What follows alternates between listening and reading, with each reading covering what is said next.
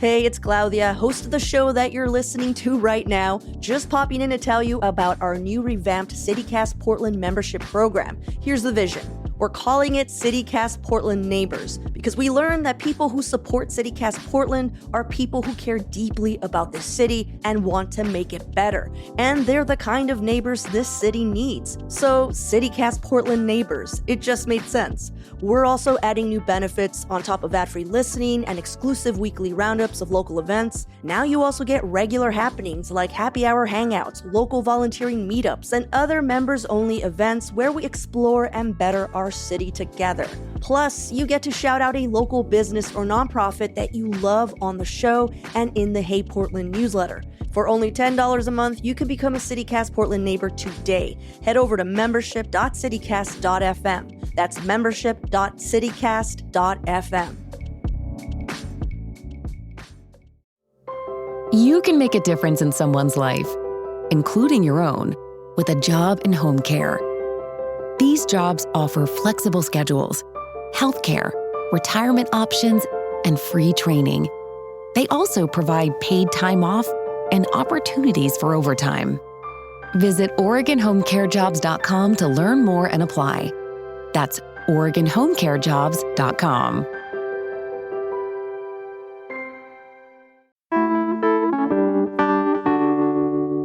Today on CityCast Portland, we're talking about the nearly 15-hour marathon meeting City Council held to approve the city's $8.5 billion preliminary budget. We're also looking into what the May 20th special election results might mean to local school districts, and we're also sharing local law enforcement's takedown of an organized crime ring targeting small businesses. Joining me are Willamette Week City Hall reporter Sophie Peel and our very own senior producer, Giulia Fiaoni.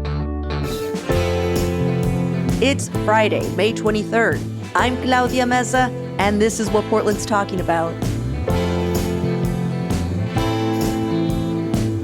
Welcome, everyone, to the Friday News Roundup. Sophie, Giulia, thank you for hanging out with me this morning. Hey, good morning. For those of you new to the show, today is the day we break down some of the biggest local stories of the week with some of the best and brightest journalists in town, like Sophie here. Today is also our very last day of the CityCast Portland Neighbor Membership Campaign, and I gotta say, it's been really heartening seeing so many of you support what we're doing. Something we've heard repeatedly as a reason from people joining is that this show makes them love this city even more, which, wow, that's a huge compliment. And honestly, it's good to hear because I know we can kind of go hard on local governments in our Friday roundups.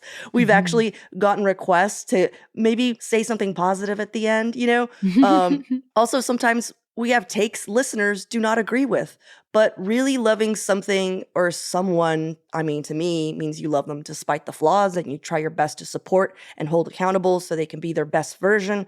And I just want to share what new CityCast Portland neighbor Daniel MF wrote to us because I think it kind of hold all of that together. He wrote, I moved to Portland in 2007 from a rough place and immediately found home. One thing that's been consistent about our city is change. Whether I've perceived those changes as good or bad, my love for PDX has persevered.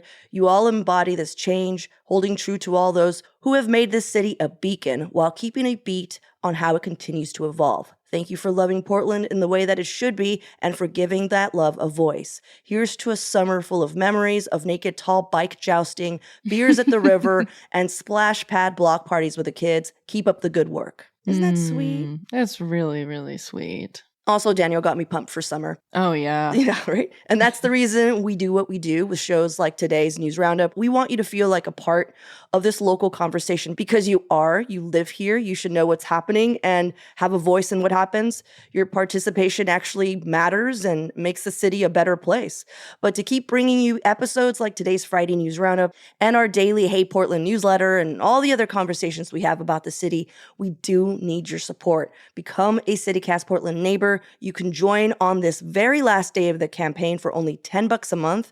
You join today and you still have a chance to get a free member mug. And honestly, if you hear this over the weekend and join, because I know some of you can't listen until the weekend, we'll save a mug for you as well. I said it. We'll save a mug. Saturday, Sunday, you know what? I see you. Oh. But even if you join next week, know that you're still getting ad-free listening and invites to members-only events. All this plus helping us keep going for only $10 a month. So just go to membership.citycast.fm. That's membership.citycast.fm. Thank you. Thank you for sitting through that, Sophie. Oh, that's over. I just kept thinking, like, am I supposed to say something at some point? Do you want to pitch for us? Go for it. Maybe later. Okay. Oh, man. All right. Before we jump into the news, today's opening question is inspired by Daniel MF's new member note. What are you both most looking forward to doing this summer in Portland? Boating. Oh, me too. I have a that's friend with a great boat. one. And so all I do What is kind? just like sit. What kind? Oh, I don't know. One of the big ones, I think. Oh, a yacht. So all I do is I just like lounge in the front of it silently.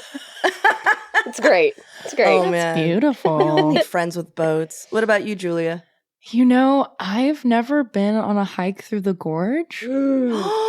I know. What's wrong with you? Right? Girl, I got a good one for you, too. Oh, I can't It's on wait. the Washington side, but it's a Mhm. really beautiful view of the Oregon side. What is it? You gotta let me know. Oh, it's Coyote Wall. Oh, I love that Oh, one. yes, I've Yeah, heard. yeah. Okay, either before you do Coyote Wall or after, you have to go to White Salmon, which is like the town Oh, yeah. at the base of it, and you have to go to their bakery Oh, okay. because it's insane. Yay! I got a Yeah. whole afternoon White planned. salmon Thank you, Little guys. treat. hella cute. And yeah. I can't Yeah. wait. What about you, Claudia? Oh, thanks for asking. I Yeah. actually boating as well. That's why I was so excited when Sophie just waited 0 seconds to yell boating. Yeah. Except I don't have anyone with a yacht wants to be my friend. Okay, it's not a yacht. Let's just be clear. I'm not like yachting. But I like kayaking, and that's what I'm looking forward to. Is there's this place called the Deck. It's on Marine Drive, and my goal this summer is to kayak from St. John's to the Deck and reward myself with tater tots and a beer. Oh, that's a great plan. Yeah. Thank you both for your answers. On to the news of the week. Sophie, you've been keeping track of the city budget as it's moved through city council. Right now, it's Thursday morning. You were there all night. What's going on? What's the latest? Well, to be fair, I wasn't there all night. I like left at, I think, 11, went home, and then was listening to my murder podcast. And then my editor said, you have to tune back in. So I tuned back in because the most interesting thing happened in the last 30 minutes. Of Well, that's course. what Shy always of midnight. happens. Yeah. Yes. Yeah. But so they started their council session at 9 a.m. and Oh it my went to pretty God. much midnight proper. Oh my God. And they were sort of toggling back and forth between a few things, but the bulk of that 12-hour, well, I guess 15-hour stretch was talking about Mayor Keith Wilson's proposed budget. And all said and told, the 12 councilors proposed a total of 126 amendments. And so each of those has to be discussed, debated, and then they all have to get voted on. And so the council at the end of last night had to basically put forth a balanced budget. So they didn't get through all the amendments. They can take another stab at it on June 11th, but they probably got through about 30 to 40 of them. And some of them were like, unanimous. They were budget notes, didn't have big money implications. And then there were others that did have kind of minor amounts of money attached to them. There was a big one that had proposed to take $11 million away from Prosper Portland's general fund budget, which is basically all of Prosper wow. Portland's general fund budget. That died. However, councilors can still bring new amendments to June 11th. Like, they still have 2 weeks.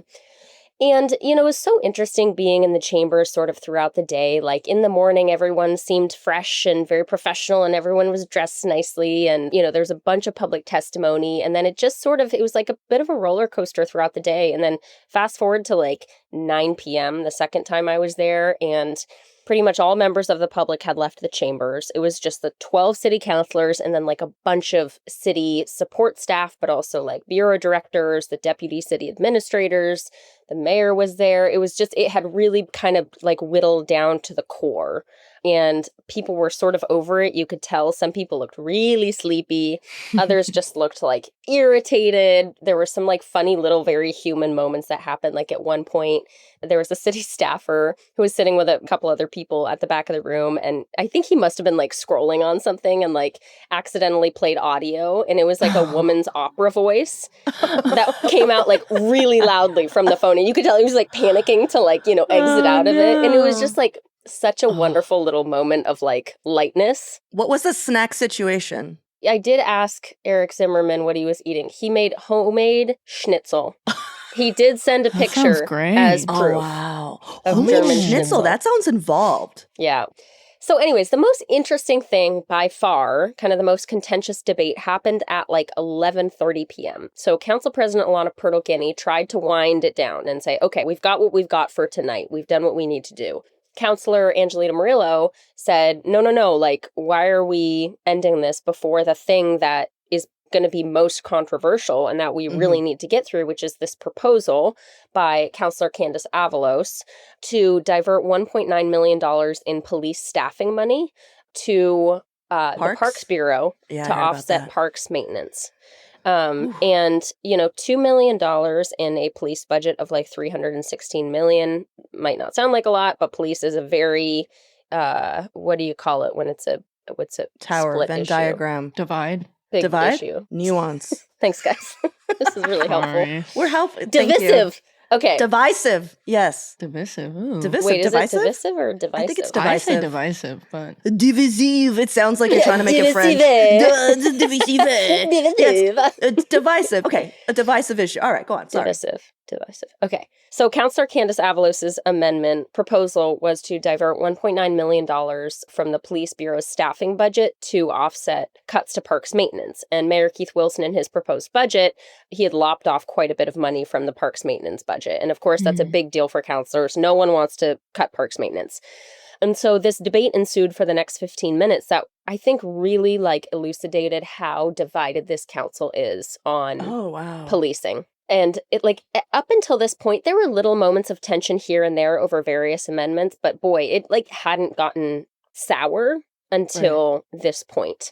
And so I'll just go through what a couple of counselors said. So, Counselor Avalos basically said, look, this was new funding that was earmarked for the police bureau by Mayor Wilson in his proposed budget. Like, this is not, quote unquote, defunding the police. This is not even like a cut.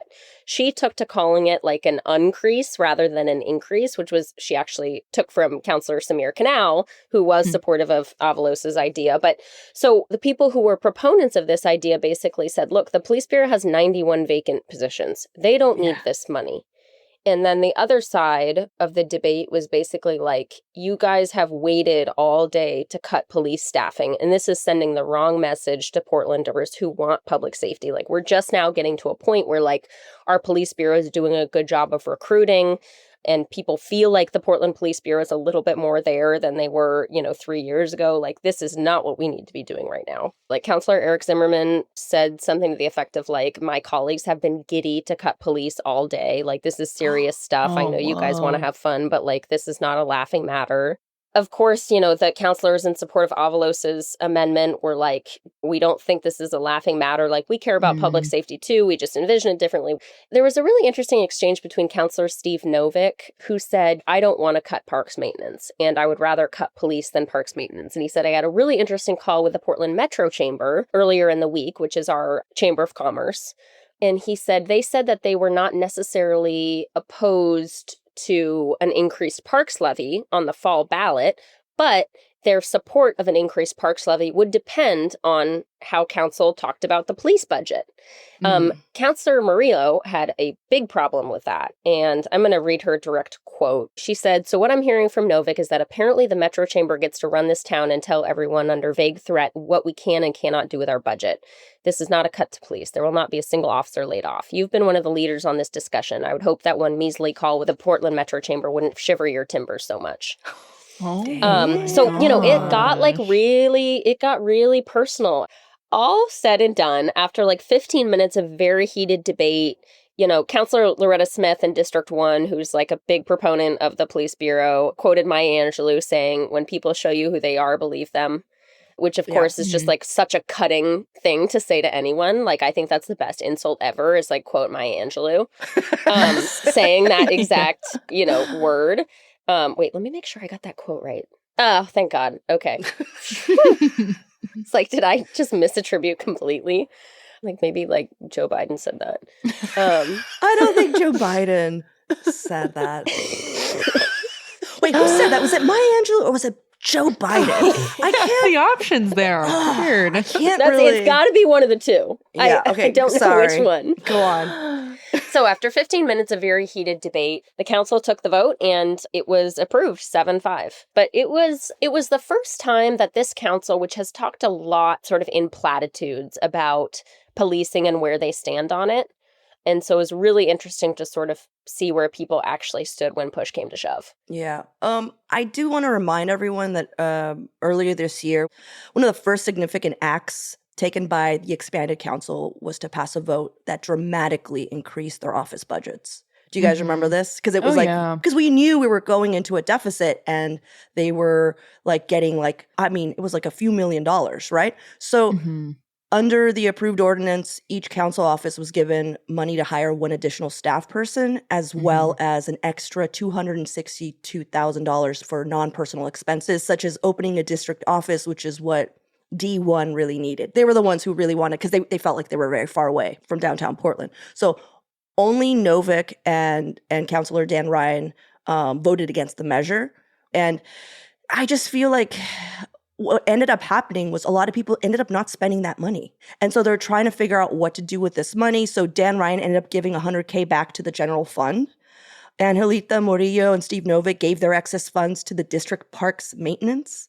Zimmerman and Clark are planning to transfer $100K to launch a cleanup pilot project along Interstate 405. So interesting. I'm just saying there was an excess of funds to the council. We didn't have to be here. Yeah. Sure. I think in hindsight, a lot of the counselors realized that it was probably excessive what they gave themselves and that it was a very knee-jerk reaction. So an amendment was passed yesterday that cut each counselor's office budget by $100K, which modest amount, right? Like the original proposal was cutting each of them by, I think, $300K. That was narrowed down to $100K, but it's still, $1.2 million. Yes. So, I mean, that's all I had to share was just like, I found that really interesting. And it was actually reporting from Shane Dixon Kavanaugh over in the Oregonian that was like looking into this as they were trying to figure out the budget, was just like, do you guys remember this? Especially because, Council President Elena Perdoguini and Councilor Steve Novick were both suggesting these cuts. Yeah. It makes me wonder, with all of these moments of really late night decision making, if there is space to just re-strategize how we approach big budget decisions like this. Like if there needs to be another big meeting incorporated into the calendar so that absolutely. folks aren't making such tired choices on something that's so important. Yeah. Yeah. Isn't that what Councilor Canal was talking about? He's like, we need more meetings. I think pretty much all the counselors realize that this is a very flawed process right now. It's the first time they're doing this. So like there will be errors, but yeah, man, this is too much. And we're going to have another marathon session on June 11th, no doubt about it, because we've still got like 80 amendments to get through. Yeah. Well, we appreciate all of the counselors hanging tough. I would have quit. It's been like 9 o'clock and I'm like, guys, I got to go to bed. That's it for me. All right, I'm out of here. All right, well, let's take a quick break here. And when we come back, more headlines of the week.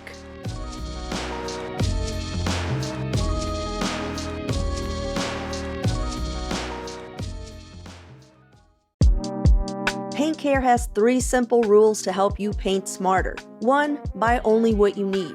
Determining the right amount of paint for your next project can be tricky, but tips like measuring your space and asking your local paint store for advice will help ensure you have enough for your project while minimizing waste. 2, use up what you have. Look around your house and find simple DIY projects where you can use up your paint. Or you could give away your leftover paint to friends, neighbors, or community groups who could benefit from it. 3, recycle the rest at convenient locations like your neighborhood paint store. Paint Care even offers direct pickups for households and businesses with more than 100 gallons of leftover paint. Learn more or find a paint drop-off site near you at paintcare.org/3simplerules. You don't need to use an oversized AI model for everything, just like you don't need to use an axe to slice a cake. Find out how smaller models can deliver the right results and help cut AI costs up to 90% at IBM.com. The AI built for business. IBM. Great solos don't make a symphony. In music or AI, get AI that's in tune with your business at IBM.com. The AI built for business. IBM. All right, Julie, you have updates for us from the May 20th special election. I cannot wait. Lowest turnout freaking ever. So Yeah. I'm sure this is going to be a surprise to many people. So I do have updates, but before I get into that, I did want to mention it is the last day of our membership campaign. And I wanted to tell you about a perk that you may have forgotten about in all this talk about that sweet mug that you get becoming a CityCast Portland neighbor. And that is when you support the show, you get invited to our regular members-only events. Like right now, we're planning free walking tours that expand on our neighborhood guides. Claudia, I know you got one cooking for St. Frickin' John's. Yeah, it's the first one. We thought, let's surprise everyone. Yeah, right? By inviting They them didn't to see St. it John's. coming. No Yeah. one saw that coming. No, I'm really excited because people really love our neighborhood guides. And we've even had members tell us like, hey, we actually make maps out of your Yeah. neighborhood guides, which is so cool. And I was like, what if we brought people and maybe we were even able to get the person who like gave us that guide to come with us, you know? And so we're like cooking stuff up, but there's also going to be pickles games. There's Oh, going to yeah. be comedy in the park. There's going to Oh, be yeah. happy hours. Like we're really ramping that up. Yes, and we're all very excited about it. And the fact is that it's only $10 a month to get your name on that invite list. And the thing is we just love doing events because as local media, it's a way we can connect with you that larger national networks and publications really can't. So we have ideas for even volunteer meetups and other ways to dive deeper into Portland together. I was thinking about it and I was like, what else could we do? Can you imagine if we did a tour of our favorite dive bars to bring our OG Dive Bars episode to life? Oh my God. That might be a dangerous idea. But I will say, I also thought about if the Swifts returned to Chapman this year, if we all went to watch the Swifts together, how cute that would be. The Swifts that John chased away personally? Yes. Oh. I love the idea of John just like chasing away the Swifts. Yeah. That's our executive producer. In all his endless rage. Single-handedly. Yeah. What a rageful guy, man. See, what John. happened was every year we were like, we should do a show about the Swifts. So we waited for Swift time. John did the show. I was sick, had an expert on. First question, do you think the Swifts will ever go? Ha ha ha, laughing. That would never happen. Literally the next day. The next day, they all left. And we've all been blaming John ever since. Oh, I they like got that. scared I'll hop away. on the bandwagon on that one. So the point is, we are looking for ways to deeper engage with Portland, and we want to host these events with that in mind, even if it includes chasing away the Swifts. But in order to access these member events, you have to sign up to be a CityCast Portland neighbor. And if you want to do that, go to membership.citycast.fm. That's membership.citycast.fm. We really want to see you there, so sign up. Yeah. Okay. Okay. Should we move on to special election? I cannot wait to hear about all that happened. Sophie, did you vote in the special election? Oh, I just put you on the spot. Okay. Oh, So I'm such a good voter. okay. I just want to preface this by saying okay. She didn't I vote. vote So I'm She didn't hearing in vote. that you every didn't. election. So you do Here's the not. thing. On May 14th, She's showing us, you guys. I flew She's to moving Atlanta, it. Georgia, Okay. and I was coming back late on the 20th, and I forgot to turn in my ballot on the 14th. So I was like Oh, in there a it race is. on the 20th. Here it is, sealed and everything, signed. Oh, no, that's it is signed. It is frustrating. signed, guys. I sealed it with not spit, delivered. the whole thing, the whole shebang. Oh, no. So anyways, no, but in spirit, Well, I did open it vote. up and let's go through it together. Yeah, let's see how let's you just make voted. the segment that. Okay. No, I just want to flash it so you guys know I voted. But, Oh my God, she's but you opening guys, it. Let's see. It's She fine. literally wrote "fuck those kids." She didn't even put a circle. See? Sophie, it's Okay. Oh my God. You know what? She did vote. All right. Julia, Anyway. please bring us back. What happened? Okay, so I'm pulling from some reporting from all over the place, OPB, KGW, The Oregonian, to give a rundown of what came of the special election this week. And just to remind folks who are like, what are we talking about? What's this ballot that Sophie just pulled out of thin air? This was a statewide election on May 20th, happening in all 36 counties across Oregon. The focus was on hyperlocal issues, many related to education, including bonds and school board representatives, but also in some counties, things like funding city infrastructure and public safety resources were on the ballot too. But for my segment, I'll be focusing on results from some of the key races in Multnomah County and Washington counties. And to start, I want to talk about how voters approved the Portland Public Schools' $1.83 billion construction bond. Now, this was something we talked about earlier this week, but for listeners who missed that episode, the funding will go towards rebuilding and modernizing 3 PPS high schools and seismically retrofitting and updating the district's elementary and middle schools. And as of Thursday morning, nearly 60% of voters said yes to the bond. And Julia Silverman from The Oregonian pointed out that this is the 5th time in the past 14 years that PPS district voters have weighed in on a construction and maintenance bond, and the 4th time in a row that they have approved the bond. So the bond passing means that PPS district property owners will keep paying $2.50 per $1,000 in assessed home value, or about $710 a year for an average home assessed at $284,000, and spend the next 32 years paying off the cost of the bond. But to break down some of those dollars a little further to see where they're going, $1.15 billion will be going towards modernizing those school buildings, and 84% of that is specifically going towards modernizing Jefferson, Cleveland, and Ida B. Wells high schools, which are the last of the 3 PPS high schools to be updated. And $190 million will be going towards upgrading the middle and elementary schools to make sure that they don't literally crumble to the ground in an earthquake, and that they have proper heating and cooling to deal with our more extreme weather that we've been having. And although this bond was largely passed, there were some folks who expressed some concerns about PPS's history of not following through with these types of projects in a timely manner, the scale of the projects compared to lowering student enrollment across the board, and just the overall burden on property tax owners. This is something that our executive producer, John and Claudia, went into pretty deeply on our episode earlier this week. So I won't get into it too much, but what are you guys thinking about the bond passing? Were you surprised at all? Definitely not surprised. Yeah. I think, again, like, history repeats itself, and I think it's hard to say no to children. Yeah. And yeah, I think, like, Willamette Week, our editorial board did not endorse the bond. Which was crazy. Yeah. Full of surprises over here. Yeah. I think our rationale was great. It was basically like, look, this was a really poorly planned bond from the district. They haven't said how they're going to spend the money. Not at all. Yeah. They should be able to reduce the construction costs. And we actually advocated, we were like, we think we should go bigger, pass a larger bond that actually says how they're going to use the money.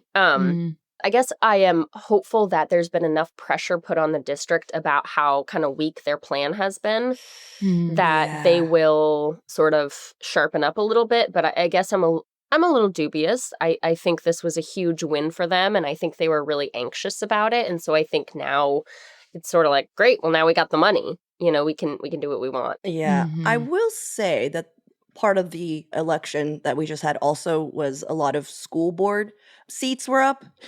4 women were elected to the school board on Tuesday, all with children currently in the district. And this is, of course, PPS. One in particular, Rochelle Chase Miller, she ousted an incumbent, Herman Green, a pastor at a church in Kenton. And I found that race interesting because Rochelle was pretty much recruited to run against Herman by Michelle DePass, who is currently on the school board. And Rochelle's campaign was not only supported by other members of the board, she was also endorsed by the Portland Association of Teachers. Like, they were campaigning for her, going door to door, meaning they all wanted Herman Green out. And I was like, why? Why would they want this man out? And earlier this year, Michelle DePass was reported by The Oregonian as saying that she sees a board member's role as a thought partner. Chief Superintendent Kimberly Armstrong and her staff, not as operations manager who hovers or second guesses, and also found out that Herman Green has spoken out publicly against the district for spending too much money on the renovations of Jefferson, Wells, Cleveland high schools, and ignoring fixes to elementary and middle schools, which are the biggest criticisms that people have been saying to PPS.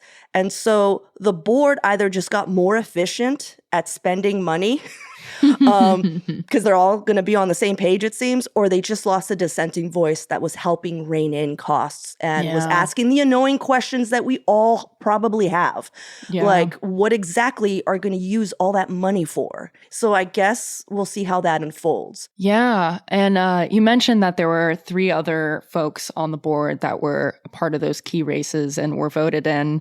I want to talk a little bit more about who those folks are. So Christy Splitt got 82% of the vote in Zone 1, keeping her seat as an already sitting member of the board. This is for the South and Southwest Portland area. Virginia Lafort, marketing and communications strategist, narrowly defeated McDaniel High School student Jorge Sanchez Bautista, winning just over 50% of the vote in Zone 5, which is primarily Northeast Portland. And Stephanie Engelsman, a juvenile defense attorney, defeated 2 competitors, winning 82% of the vote in Zone 6, which is primarily in Southeast Portland. And I also want to mention that there were 3 key races for the Beaverton School Board District as well. As of Thursday morning, nonprofit leader Van Trung is winning in Zone 1 with 52% of the vote against 2 other candidates. Incumbent board chair Karen Perez de Silva overcame a challenge from Centennial Middle School social studies teacher Eric McGuire, winning 68% of the vote in Zone 2. And community volunteer Eric Hatch is winning Zone 5 with nearly 51% of the vote, beating technology consultant Saeed Kazem. And then I did want to plug that there is still another big bond for the Tigard-Tualatin School District that is too close to call as of Thursday morning, with only 50.3% of voters approving the bond. But we are taping on Thursday, so there may be some updates that come in on Friday. And if this does pass, this $421.3 million bond would go toward replacing Fowler Middle School and significantly renovating 4 middle schools, alongside improvements across the district relating to heating and AC and also their fire systems. So it sounds like in our area, just a ton of upgrades to schools that seem like they've been long overdue. Yeah, well, all I know is also that the Mount Hood Community College bond did not pass, and that's a bummer because they really need that bond to pass. All right, thanks, Giulia, for going through some of that. Let's take a quick break here, and when we return, I'm going to share how Portland Police and Multnomah County's DA office have been systematically bringing down an organized burglary ring that was targeting local businesses.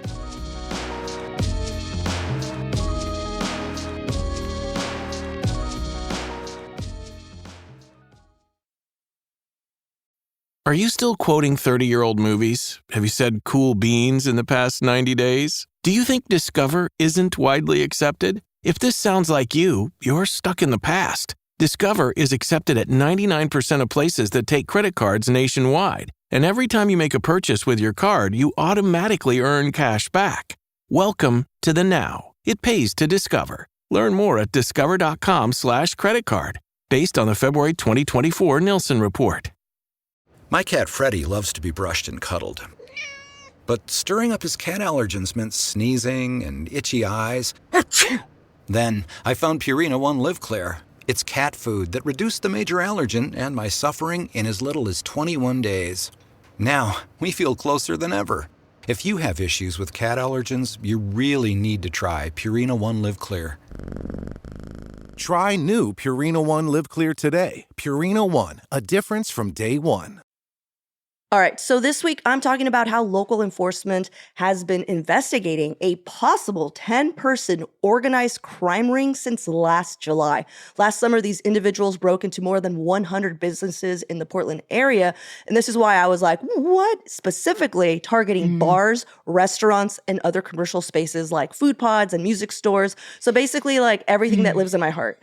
I'm sure that we've all heard of at least one establishment whose owners reported a break-in the past year. And not only that, but reported like, hey, man, several got hit on the street. It was these guys. Now, I know at least 4 businesses in St. John's alone where that happened. So when I saw this Oregonian headline from Zaim Shaikh updating us on how they've arrested the 4th suspect in the ring, caught my eye. So surveillance videos from multiple businesses captured between July and December show that these individuals were working together, breaking in after hours, going to steal safes at each business, which is just like they weren't going in and like, oh, I'm gonna, I'm gonna Take some take a bottles sandwich. or Yeah, no. whatever. They were like going straight for the safe. The person prosecutors are calling the ringleader is 33-year-old Joshua Lucero. He pleaded guilty back in March to more than 30 counts of first-degree burglary under the terms of a plea deal.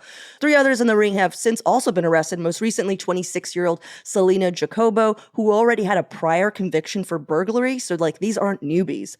Some of the footage that prosecutors used to identify them came from Shamrock Bar and Grill in Southeast Portland back in September, where they stole $16,000.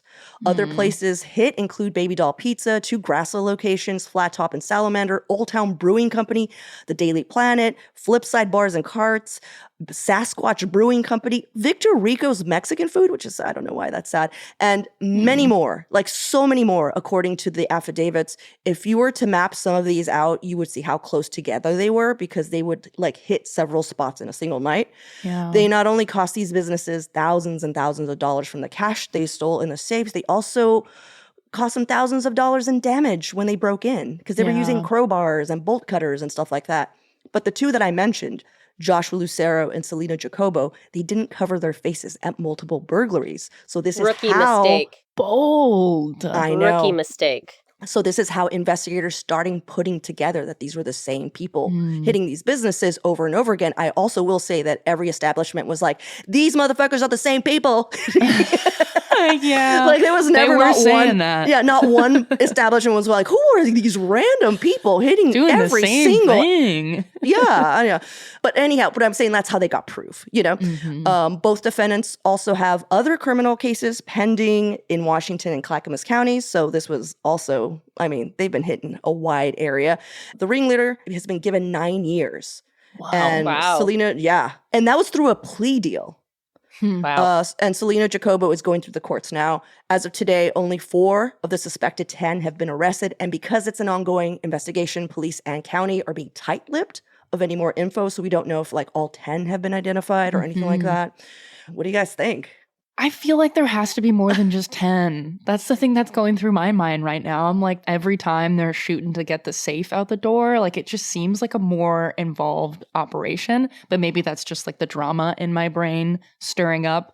And also it just makes me think about how desperate all of these local businesses are to deter folks like this from breaking in. I've noticed in my neighborhood, including spots like Baby Doll, like you mentioned, they've been putting their empty register at the front door, so in view. And it's just like so dystopian. But the thing is like even that won't stop these folks. So I'm at least glad to see that there's been some progress made because it just is, it's really heartbreaking.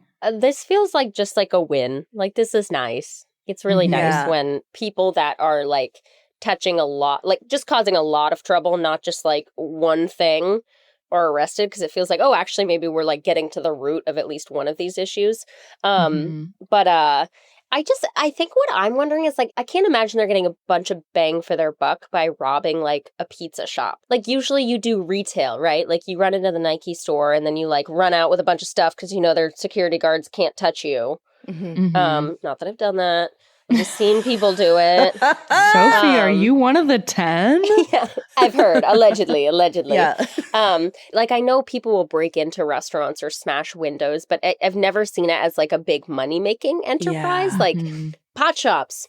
That makes sense to me because they have They bunch did of break into cash on pot shops hand. as well. Oh, Yeah. okay. Don't keep giving them more ideas. Believe me, they have already run with that idea. But hey, I'm so glad that there's been like a real penalty for this guy. Yeah. Well, hopefully all of them. I will also just point out the Portland Police Bureau, they're the ones who organized the investigation and they were working with the Multnomah County DA's office. So I just find it interesting that we're just like, yay, hooray, and then we're just like, but you won't get any more money. Now do it again. Do it more. They're clearly doing things well with the money they have. So yeah, that's a good point, Julia. That's a good point. I also will say that they are so understaffed. And so I just feel like if the city wants to really help the police bureau, it was like trying to figure out how to get more people in there. That's really what You it know? is. So the one thing that struck me as very interesting is Police Chief Bob Day yesterday, it was either him or a counselor that mentioned, I think they have over 1,000 recruits right now, or applications to be recruits. So like they have done something. Like people are wanting to be Portland cops. I mean, that's good to hear. And I just hope they're from Portland and they're not neo-Nazis. That's it. Those are my 2 requirements for a cop. Those are super fair things. All right. Well, you guys, thank you so much for hanging out with me. I really appreciate your time. And I hope, actually, Julia, you want to jump in and do the pitch? Yeah. Okay. I know. Can I do the final pitch? This is the last yeah, one. Yeah, go for it. This is Okay. it. Sophie, I know you were like, hey, don't worry, I'll pitch later. You can pitch now too if you want. You can Okay. All right, Julia, go for it. So you've heard us talk about this for the last week and a half. So what are you waiting for, people? Head over to membership.citycast.fm to give this show some love and become our neighbor. It's only $10 a month. And you get a pretty freaking cool CityCast Portland Neighbors mug if you sign up right now. You have access to members-only events, the chance to shout out a business that you love on our show and in our newsletter. Let's make this thing happen. Go to membership.citycast.fm and join these folks here that I'm going to shout out right now. Greg L., Caddy R., Travis W., Lyra C., Mara D., Virginia T., Colleen C., Ronnie S.M., Connor B., Megan A., Julia M.S., and Amy W. Thank you so much for joining our program. And again, if you want to be our neighbor, that's membership.citycast.fm. Sophie? Sophie, what's your pitch? My pitch is that I've been a regular contributor on CityCast since its inception, whenever that was, like 2.5 years ago. Yeah. And I will say, I without fail, have a good time on the back end of this show. We giggle a lot, we crack jokes. It just feels like a very positive thing amidst what is normally a very kind of dark topics. Yeah, it's like I look forward to this on a monthly basis because I like the people behind it. I really do. And I think CityCast has been a very additive thing to Portland, not a detractor. And honestly, that's easier said than done. So anyways, that's my pitch. We're not divisive Sophie. in any way. Yeah, you used the right one. Divisive. Divisive. All right, you guys. Thank you so much for hanging out. Sophie, thank you for that pitch. We were kind of joking. I love that you actually did. Yeah, you were hit kind of that joking, ball. but you guys kept bringing it up. So No. Oh, man. No, it came from the heart. It came from the heart. I hope everyone listening has a wonderful weekend. And just a quick reminder, we're going to be off on Monday for Memorial Day, but we'll see you on Tuesday. Thanks, everyone. Thank you. Thank you. That's all for today here on CityCast Portland. Thank you so much for listening, and thank you to everyone who has signed up to become a CityCast Portland neighbor. We really appreciate it. Our podcast production team this week was John Atariani, Giulia Fiaoni, Patrick Emile, and Selena C.A. Reynolds. Our Hey Portland newsletter editors were Adrian Gonzalez and Rachel Monahan, and our host is me, Claudia Meza. Original music by Jenny Conley and Stephen Drizos. Additional music by All the Kimonos, as well as Sarah the Instrumentalist, Timothy Infinite, and Gregory David, courtesy of Epidemic Sound, and G. Ronan, courtesy of Getty Images Music. We'll be back Tuesday morning with more from around the city. Until then, see you at Slim's.